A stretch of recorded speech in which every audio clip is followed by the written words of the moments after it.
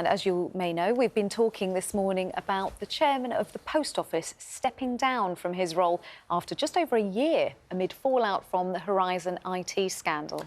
Hundreds of sub-postmasters were wrongly accused of fraud, theft or false accounting due to faulty computer software.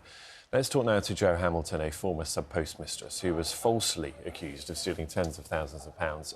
Jo, morning to you. Thank you for being with us again. Does this departure make any difference whatsoever to people who were falsely accused, as we've said, of stealing tens of thousands of pounds from the Post Office?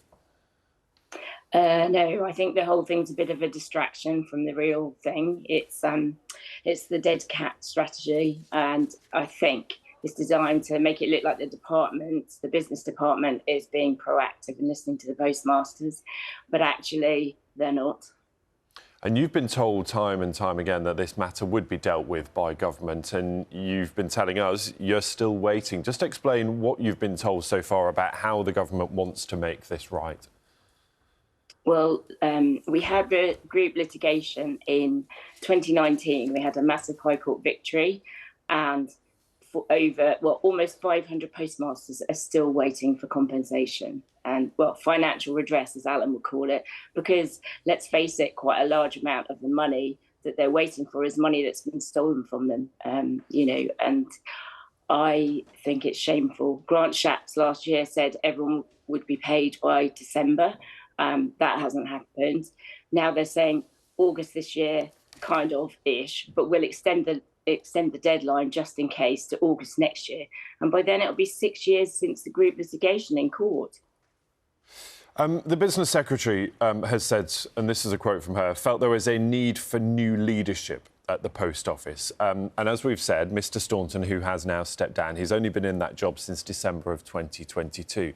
But is this not an attempt to bring about a fresh start, new leadership at the Post Office, which might address some of those concerns that you have about very little being done to put this right? Well, I mean, he goes and then there's a process to appoint someone else. I mean, it's just a distraction. The business department are dealing with the compensation, not the Post Office. And I think the business department are really lacking. And if they haven't got the resource to sort it out in a timely manner, then they need to outsource it to maybe a commercial entity who can deal with it quickly. So what is the solution, Jo? How would you like to see this resolved, given that you have now been waiting for so long, like many other people in a position similar to yours? Well, I personally have had a bit of compensation because I'm one of the criminals. So lucky I had a criminal conviction, so I'm part of a different scheme.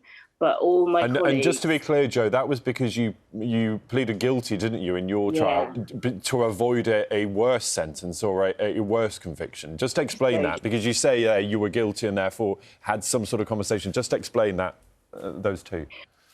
Well, I was in the group of 555 that went to court in 2019. But then when we went through the group litigation, the judge took all the people who had criminal convictions to one side, and we all went through a process to then get our convictions quashed. And we've had a chance at some of our money back at the very least. But the group itself have been left hanging by the business department, and I think this whole move is a distraction from the fact that the business department doesn't seem to be able to deal with the compensation or the financial redress for the group, which adds up to about 490 people that are still waiting, and a lot of them are still waiting for the money that's been taken from them. I mean, for goodness sake. And they're then talking of extending it into 2025, which will be 6 years. How long does it take? If they can't do it, they should step aside and let someone else do it. Yes, and Jo, you were answering my question, weren't you? And I interrupted you, I'm sorry, about what the possible solution might be. How would this be solved more quickly, do you think? Well, I think they need to seriously think about outsourcing it, because the business department clearly can't deal with it. They've been dealing with it since 2019 and still nothing, Alan would say he doesn't want to be fast-tracked anymore. He's part of the group and he's received virtually nothing. And the whole thing is shameful. When you think of what people have lost, they've lost houses, livelihoods, and they've actually had money stolen from them by post office. So, you know, for goodness sake, sort it out. You know, I don't think the chairman leaving will have any, will make any difference to any of it.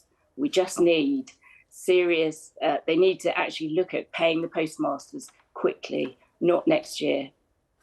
And quite aside from the personal toll that it has taken on everyone who's been involved, there is now a real trust issue about the brand, the post office overall.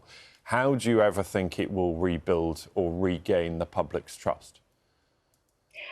Well, I mean, it's radical, but I think it should go. It should be sold to someone who can take it over and rebranded, because no one will have any trust in it anymore. And the poor sub-postmasters who are running it as their own little businesses don't really need to be tarred with the same brush. You know, I think if someone took it over, they might be able to, Alan's theory is sell it to Amazon or something like that, you know, that had all the infrastructure there and could literally walk in and take it over as you know, in a timely manner. But I don't think as a brand it can survive. Yeah, it's interesting to hear you say that. We're going to hear from the business secretary a little later. She's on the Laura Kuenssberg programme this morning. What message would you have for her? Well, I get that they're trying to look like they're being proactive, but actually the focus should be on her own department. She should look at her department, and if they can't handle compensating these poor sub-postmasters, then they need to step aside and let someone move in and take it over. OK, Jo, thank you for being with us this morning. We'll put those questions to the business secretary this morning. Jo Hamilton there, former sub-post mistress, joining us live from Basingstoke. Thank you so much.